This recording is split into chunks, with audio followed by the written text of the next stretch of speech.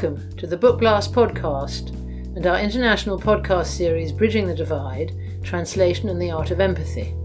We are showcasing a selection of the best writing in translation from around the world being published this year in the UK by 10 leading independent houses, along with a trailblazing publisher specialising in translation. Today I am interviewing James Womack, who teaches Spanish and translation at Cambridge University. His translation of 2 collections of poetry and some short fiction in 1 volume by Manuel Vilas called Heaven was published by Carcanet Press in April. The novel Odessa by Manuel Vilas sold over 100,000 copies when it came out in Spain, and Cannon Gate are publishing it in English in November this year. This interview is being recorded via Zoom during the COVID-19 lockdown. Thank you, James, for coming to be interviewed. Tell us a bit about yourself and the 10 years you spent in Madrid. Hello. I studied languages at university. In particular, I studied Russian and English, and then was trying to set up as a translator, start to work a little bit as a translator from Russian. And then when I was doing my master's at university, I met the woman who is now my wife, who was from Spain, from the south of Spain. And because of love, essentially, after I finished my doctorate, we went to live in Spain, and we were in the south of Spain for a year, and then in Madrid for 10 years. And I'd never studied Spanish, and have learnt it by listening and speaking and picking things up as I went along. And that makes me feel quite confident about the kinds of Spanish that I speak. And it was one of the things that I felt very important, very significant to me in the years that I was in Spain, was that I was gradually, year by year, picking up on a kind of Spanish that I couldn't really have learnt by studying. And that's one of the things that I like very much about living there. I like that a great deal. So that's what I did. It's real living. It's literally, you are living the language. I mean, yes. You are living it, which also will give you huge sensitivity when you're translating. For example, Vilas, who's a very real, visceral writer. Mm-hmm. I think academic Spanish, that's not where it's at all with his kind of writing, is it? So no, exactly. I mean, I think he's very interesting to translate because one of the things that he does is he uses Spanish in a way that, on the surface, seems fairly straightforward, fairly blunt, and it's you sense, reading it in Spanish, there's a lot going on under the surface, and in a way, what you need to do is as a translator to reveal the underside to what he's saying, to try to kind of organise a way that might be acceptable in English. The other thing, I mean, if we haven't sort of moved on from this question, the other thing I did during these 10 years in Madrid was I set up and ran, along with my wife, a small publishing house, publishing and translating mostly from Russian into Spanish, because I'm not arrogant enough to translate from 2 languages I don't speak, or between 2 languages aren't my first language, but my wife knows some Russian, and we started off translating kind of between the 2 of us, the first couple of books, and then started to hire translators. But that was also very interesting, because one of the things that it did is, the moment you start to have a small publishing house in Spain or anywhere, you become aware of what's going on, and you have lots of shop talk, and you're sharing authors and sharing things between people. Via that, I was aware of lots and lots of the material, the mostly fiction and poetry being produced in Spanish at the moment. I think that was a very good crash course in absolutely contemporary Spanish writing.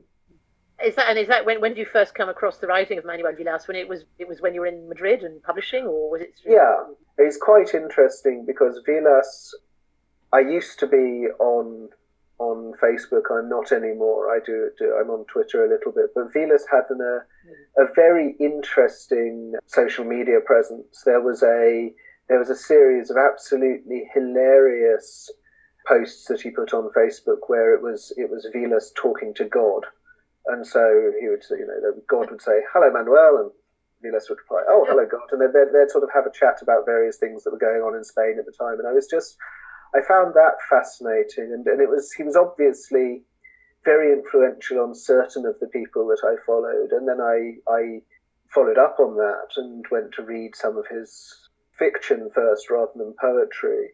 I mean, I was aware of him first as a writer of fiction, and if I'm going to be absolutely honest, I was rather confused by him as a writer of fiction to start with, because he's very, certainly the first few novels, not so much Ordesa or his new novel Alegría, which has just come out in Spain, but certainly his first few novels, he really bought into this idea of sort of savage surrealism. I mean, very Spanish, sort of located in Spain, but very much open to anything happening. So there's an excellent collection a sort of novel made out of short stories called Aire Nuestro, which I'm sort of interested in at the moment and thinking about trying to pitch to publishers to see if I can translate some of it, which has stories about Lorca and Whitman living in purgatory together and driving very expensive cars round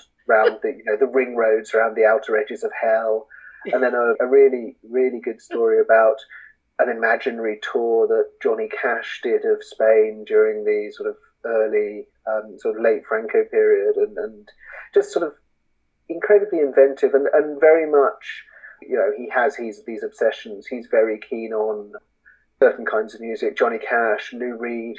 If you read Heaven, you'll see there are things about kind of The Who and so on. Lots of references, yeah. Lots of references. And what he has this sort of set of obsessions that he goes into and over again. And I found the prose really interesting, but equally sort of slightly discombobulating, and I didn't really know what to do with it. And then this is another example of how things work in Spain, that every year, because we're based in Madrid, every year there's the Madrid Book Fair, which is, it's heartbreaking to see this because it was cancelled for this year. It's difficult to overestimate how important it is for small publishers in Spain, because you might, if you get a stall there, you're there for, it's 17 days. I think it starts on a Friday and then goes through 3 weekends. You might be making, I don't know, possibly a quarter of all the money you'll make that year in these 2 weeks just selling books to people. It's incredibly lively. It's in it's wonderful because it's not in an exhibition centre. It's right in the centre of town. It's in the Retiro Gardens. It's in the open air. You have stalls set up, about 500 stalls, something like that, just along one of the main arterial roads in the Retiro, and people just walk up and down, and all the publishers are there. I was sharing my stall one year, or our stall that my wife was looking after our son, with another publisher and I was talking to him about Vilas. I was saying that I'd sort of found these stories a bit odd, and he said, "Well, what do you think about his poetry?" And I said, "Oh, I didn't know he wrote poetry." He said, "Oh, look, go, I'll look after the stall. I'll mind the stall for 10 minutes. Go to the other end there, go to Visor, which is his publisher, and go and buy his poems because they're great." And I went to Visor. I went and bought the sort of big collected poems because I'm very susceptible. If people say I need to buy a book, I'll go and buy a book.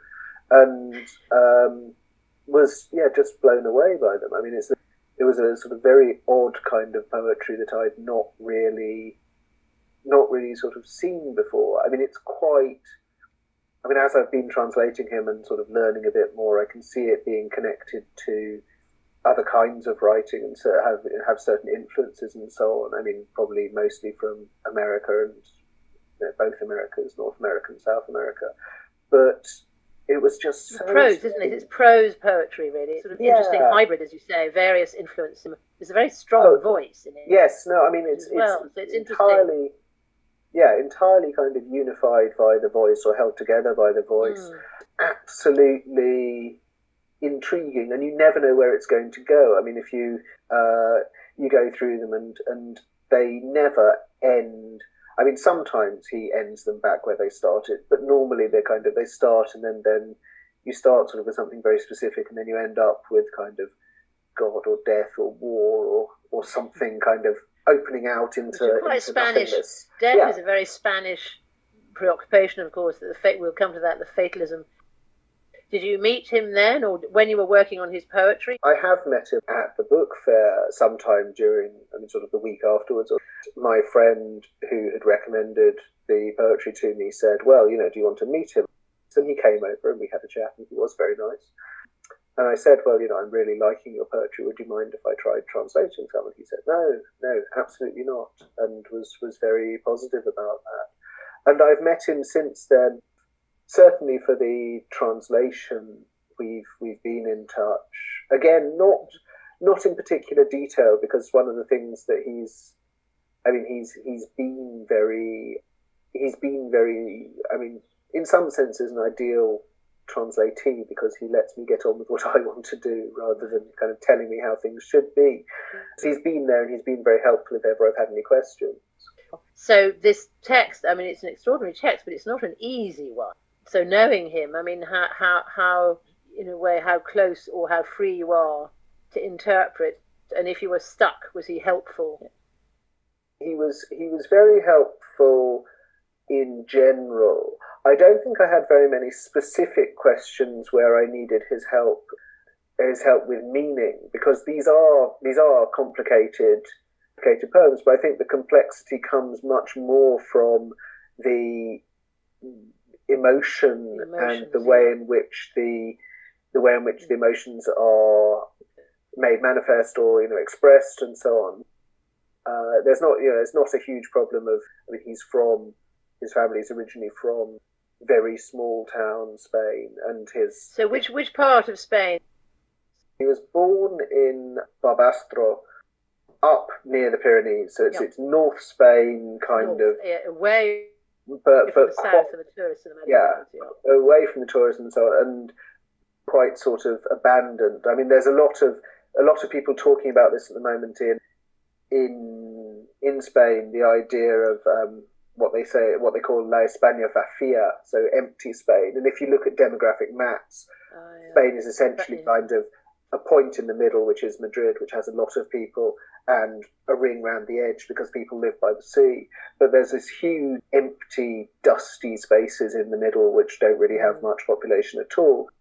So, that's Vilas's background, and he writes about it. I'd be very interested to see what happens when Ordesa is published in November, because I think that he captures that kind of slightly, very, dusty, as you said, abandoned part of the country. country. Very, very well. Yeah. He was obviously very clever, obviously very motivated. Journalist writing in local newspapers, then moved to Madrid and has essentially worked as a writer since then. It is difficult to earn a living as a writer in Spain. He does now live and work in America.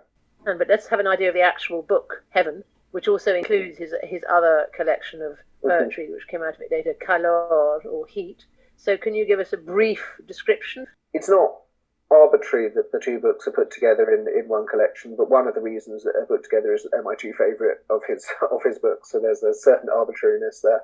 But Heaven is essentially a more narrative collection. So it's a series of poems that are about a protagonist travelling around France and the south of Spain, and sort of travelling from the south of France to the south of Spain, essentially, and staying in hotels, drinking too much, picking up women, have a rather unhappy time with them, remembering his past, thinking rather despairingly about what his future might be, and essentially looking at Spain with a fairly unclouded, fairly I mean, not quite cynical, but a fairly sort of blunt eye for the peculiarities and foibles that the country has. Heat is slightly more personal, I think. I mean, it's set much more in specific times and places, and the protagonist, I think, can be connected much more directly to Vilas himself. And that has poems about public event. I mean, the first poem in the collection is La Lluvia, the rain, which is about the royal wedding of 2004 between Felipe and Leticia, which has this sort of, again, beautifully described but rather harsh description of watching the royal wedding in a bar and seeing all these people who are obviously indicative of how important Spain thinks it is, but then how geopolitically it's not, and so on. So there's this lovely bit of just all the people who've come, and then at the end he says, the emperor of the world stayed in America, uninterested in the minor rituals of his provinces. So this is, the US president didn't come to this wedding. So the things that Spanish people set this up as the major event in their political life, or their major event. It's very like Goya in some ways. I mean, Goya, for some reason, a court painter in Spain, was accepted as kind of a painter of royalty, but all his official portraits show the royals as essentially, mentally defective, as it were. Satire. He's satirical, isn't he? He's satirical, and he's so overtly satirical that you can't imagine why anyone would sort of accept this. And that's a sort of Spanish trait as well. I mean, I think it's a very Spanish book in that sense that, Spanish people laughing at other Spanish people, and the targets of the satire thinking, well, fair enough, as it were. I mean, that's a very Spanish aspect to him. I mean, he is very special. And what is it that makes him special? And how is it that his writing is also both very local, if you like, but also absolutely universal, which of course it means it'll travel very well in translation and find new readers outside Spain. I think perhaps it goes back to the idea that the thing that is complex, the thing that is interesting about it, is the emotional response. And I think that what Vilas is doing is looking at this very, very Spanish, very specifically Spanish, very run down, very sort of slightly incoherent state that he happens to be living in, and describing it absolutely pitilessly and no illusions whatsoever. And I think I think it's the quality of sustained attention to the topic that makes him a universal writer.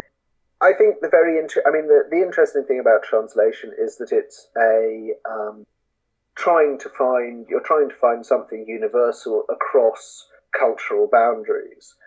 I suppose translation is, yes, good translations are exercising empathy. You're trying to find some sort of communal space where you can understand why it is that someone would say something in this way.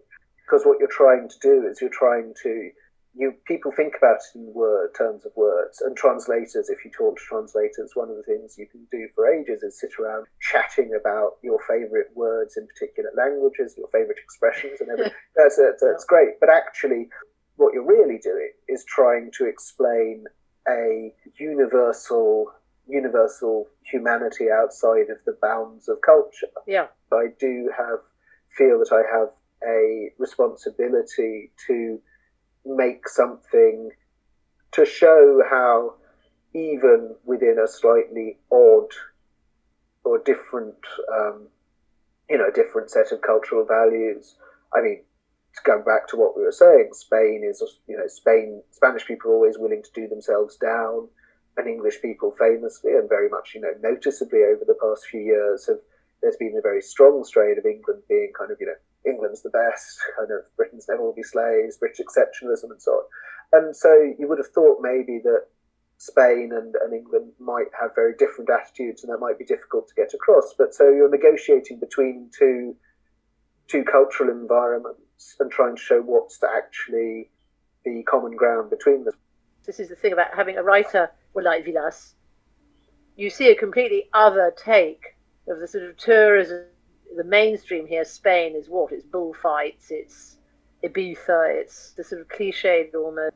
You get a real inside other perception, a genuine local perception, really, a real Spanish perception of actually what it's like, the way he writes about all the women on the beach and what kind of perceptions do you think he blows out of the water?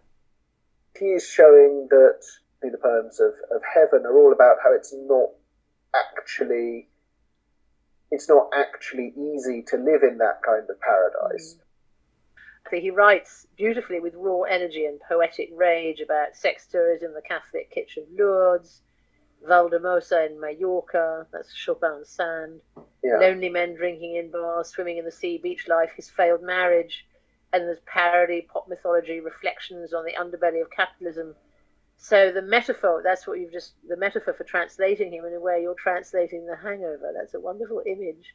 There's an extent to which he's sort of, in some of his poems, he's kind of picking through the language rather gingerly, isn't he? That he's sort of thinking that, okay, I mean, as you do when you've got a terrible hangover, you think kind of each word may be your last, and your brain can't really kind of move from one point to the next without a great deal of effort. And so once you've taken a decision to do something, you have to follow through, and you have to essentially work without thinking. I'm going to, if I don't think about it too much, I'm going to get out of bed, I'm going to go to the shower, I'm going to put some clothes on, I'm going to drink some water, and then I'll sit on the sofa and maybe feel a bit better. And that's kind of, the hangover mindset. And a lot of his poems are like that. They're sort of moving from point to point, and you don't see a rationale behind them. You see a sort of step-by-step description of particular actions, but you're not, there's not a sort of overarching plan.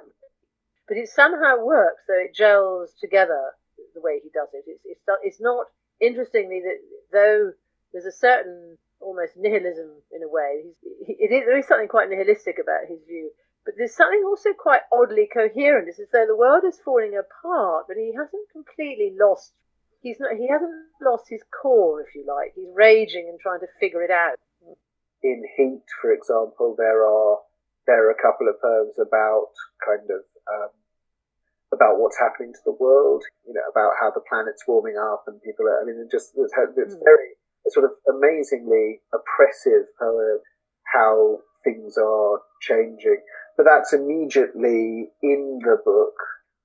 I don't think it's coincidence. It's sort of the next poem, but one after that is one called The Kids Are All Right, which is this sort of positive idea about going to Barcelona, a little poem about going to Barcelona and kind of thinking there is hope for the future, seeing the next generations along and so on.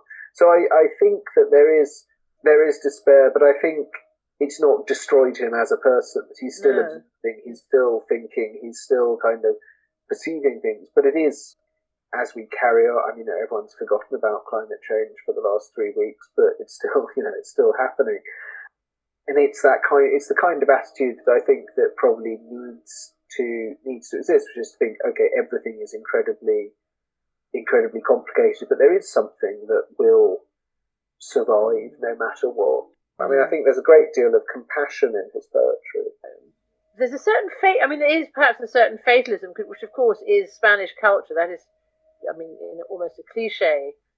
There is a great deal of fatalism in Spanish culture, and that's for the main reason is I think culturally is definitely is the question of the church. I think that's Spain has always been a deeply Catholic and deeply superstitiously Catholic country, and one of the things and equally the degree of social inequality in Spain has always been very great as well. So you have a sense in which people think that, first of all, if things happen, then it's something to do with God.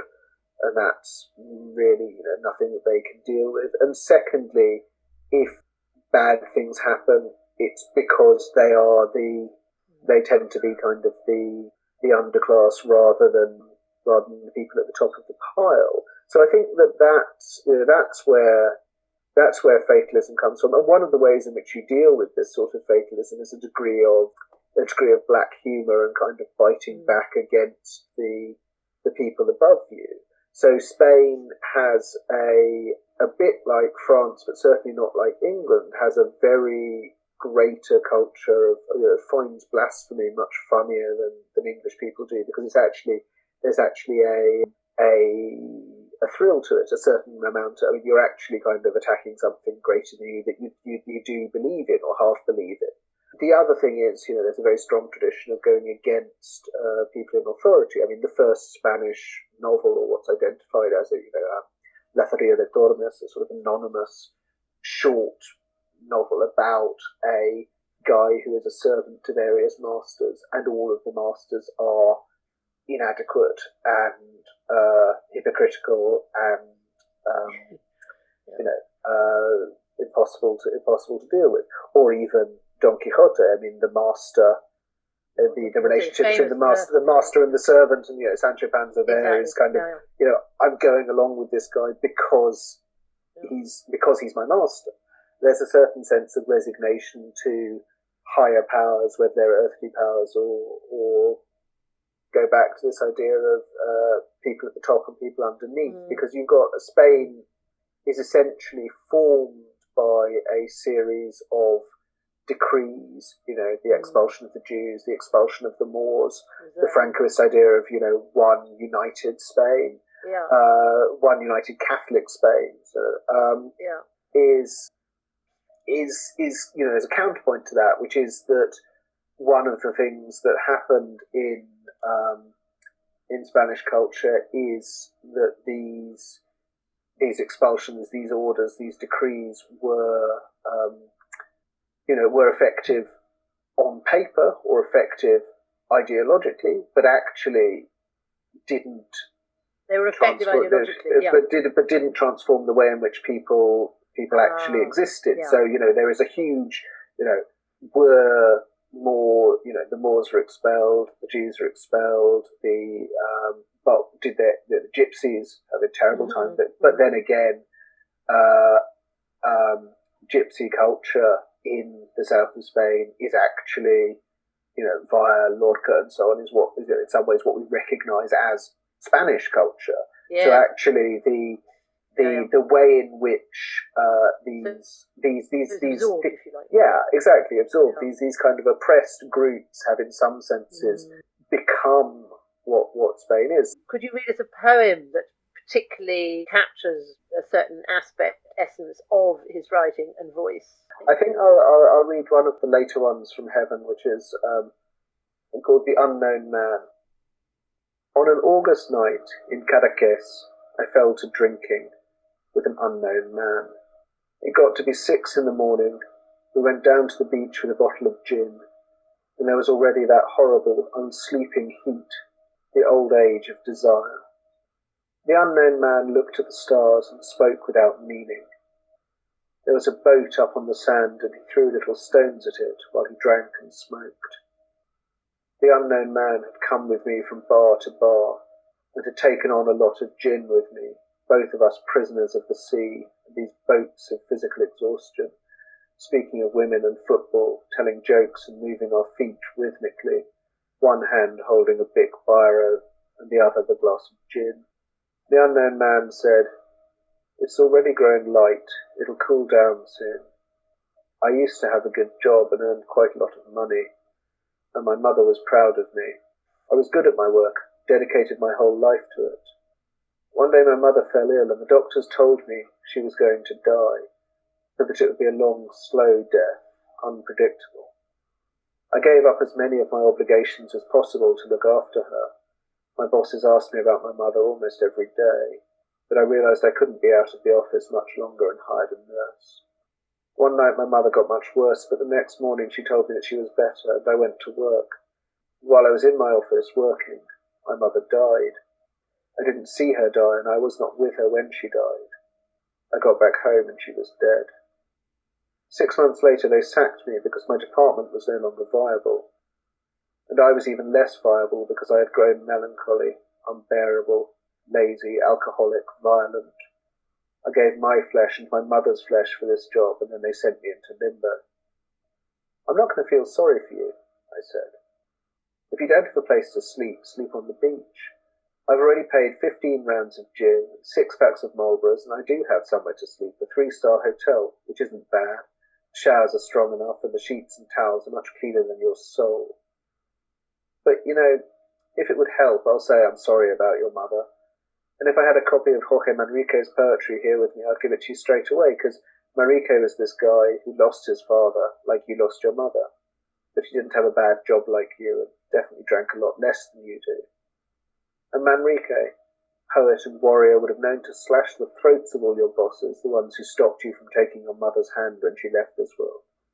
That's what's killing you now, that you weren't brave enough to kill the people who misled you and brought you into a false life, a life without honour. The unknown man stands up and throws an empty bottle of gin into the sea. Then he takes off his shirt and naked enters the water with decisive strides. Goodbye, he says. I'm walking to the end of the earth. And then a wave hits him and knocks him over. He is so drunk that as he falls, he breaks open his head on a rock on the seabed. His body inert, the waves soaking his clothes on the sand, his head and his hair filled with blood, the gin mixed with blood and the blood mixed with water. I call the police, and the doctor says that the unknown man has snuffed it, that he was so drunk the blow to his head choked him. And I look at him and, yes, he looks like he can't breathe. They take me to the police station, and I get back to my hotel at 7 p.m, tired, dirty, having signed 100 statements, with a cheque for $40 made out to a young man who has been a lawyer for me. Tired of cafes and sub-commissaries, I throw myself down on the hotel bed and fall asleep, thinking about the unknown man's mother, about meetings between the dead mother, the dead son, everyone dead, and all the time my fellow hotel dwellers taking the sun on the terrace, and the hotel orchestra, it is a tourist hotel, starts to set up by the swimming pool, and I am lost in this world like a beast with no heart, like an infantry captain in the Great War, with his chest unseamed by bullets, with a huge moustache, with dark eyebrows, wide-shouldered, a captain who seems dead, but who suddenly leaps from the trench and starts to shoot at everyone. And it is impossible that a man with so many bullets in him could still even hold a pistol.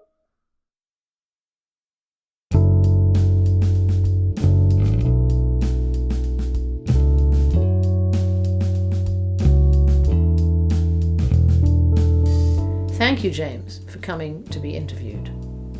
Heaven by Manuel Vilas is published by Carcanet and is available from online outlets such as Waterstones, Foyles, Daunt Books, Hive and Amazon.